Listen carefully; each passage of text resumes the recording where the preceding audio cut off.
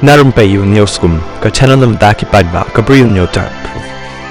Kiseng jong hijab ben riu sik na Punjab kirawan bantuk lar biang ya ka kampen kan ria iki harijan na them motor them yang maulong bat pen pau ba kimpat hun pura satya ya ka blueprint bala terwara ka sarkar jela kini kiseng ki dei ka Shiromani Gurudwara Parbhandak Committee bat ka Safe Shillong Sikh ki ba dei Namritsar Punjab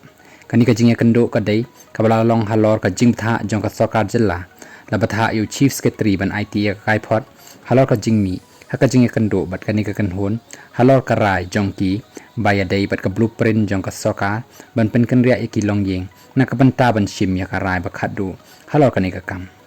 habaya kren bat ki nong thok khobor unang yalam ka SGPC ujak Mohan Singh ulong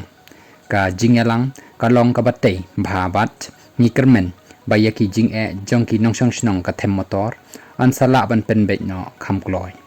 ulong ba kani ka kam kadai ka pas ngau khia bhai ya ki namar kini ki jai ben re sik ki lawan aspas nem na Punjab cha Meghalaya bat ka SGPC kalawan ban pen pawi ka jing ngau lem bat ki ngi wan hang ni am ban pen mi ya ki huri hura ngi wan hang ni ban yarap ya ka sarkar bakan pen bet ya ki jing e hakalenti ka baya dei bat ka jing ngau tho lang ulong bat ben rap ba ka ken hun kampat hun purai ka jing terwa ka sarkar badai namar kata kalapan sngau yaki katu kat ni ki jing sngau khia bat kini kila don hapo ka jing elang bat an sala ban penbe yaki khnang ban sala ban shim yaka rai ka babyang tam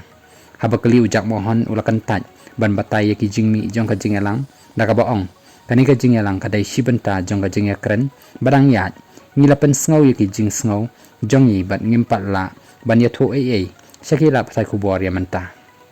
habakli halor ka jingbo por ka sarkar ban pen kan ria ya kilong yeng na them motor hapok kalai poi tri jong nailur using ulong usumbot menteri namba ka jella ula aibor how chief secretary ban pen bet ya ka kam nakata ka daw nilawan ya kendo yo new kle do ki officer jong ka Meghalaya